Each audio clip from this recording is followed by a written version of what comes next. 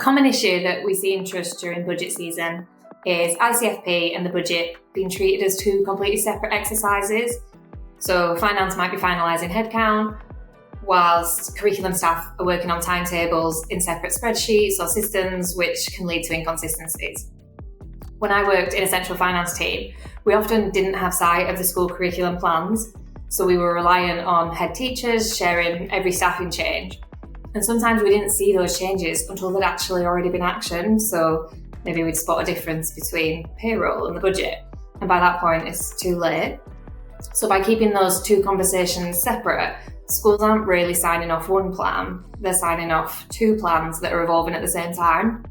And then come September, the staffing structure that's actually in place can look very different from what was budgeted for, which can then lead to tighter in-year positions than what we'd expected, or overstaffing that maybe we just didn't anticipate when the budget was set.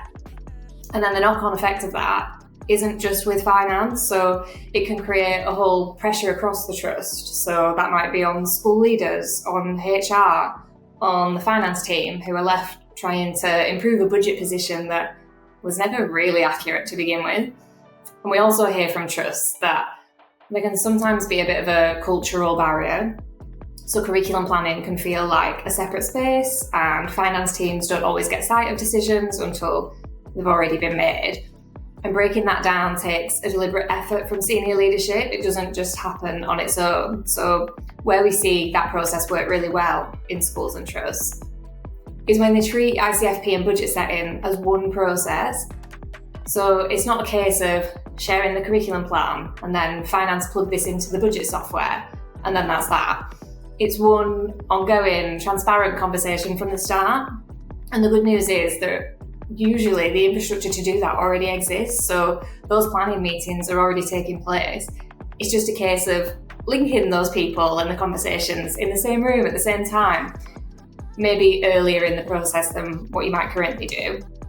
Curriculum leaders need to be in the room before the budget has been finalised, not afterwards. And the staffing model should reflect the actual timetable plans, not just assumptions that have maybe been generated by finance. And then when you do get to that point of sign-off, you should be able to point to a single document where the curriculum plan and the finance position are reconciled so that it's keeping it consistent throughout. And when trusts get that right, the hard conversations have already happened before you've reached sign-off.